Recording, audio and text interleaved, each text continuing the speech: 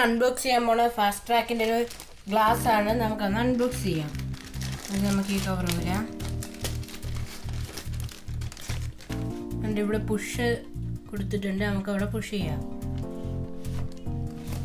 അത് പുഷ് ചെയ്തപ്പോഴത്തേക്ക് ആദ്യം ഫാസ്ട്രാക്കിൻ്റെ ഡീറ്റെയിൽസ് പേപ്പറാണ് വന്നേക്കുന്നത്.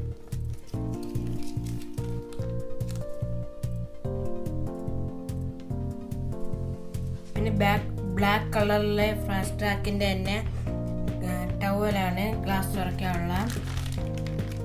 ഇതാണ് നമ്മളെ ഗ്ലാസ്. നമുക്ക് ഈ കവർ ഊരാം.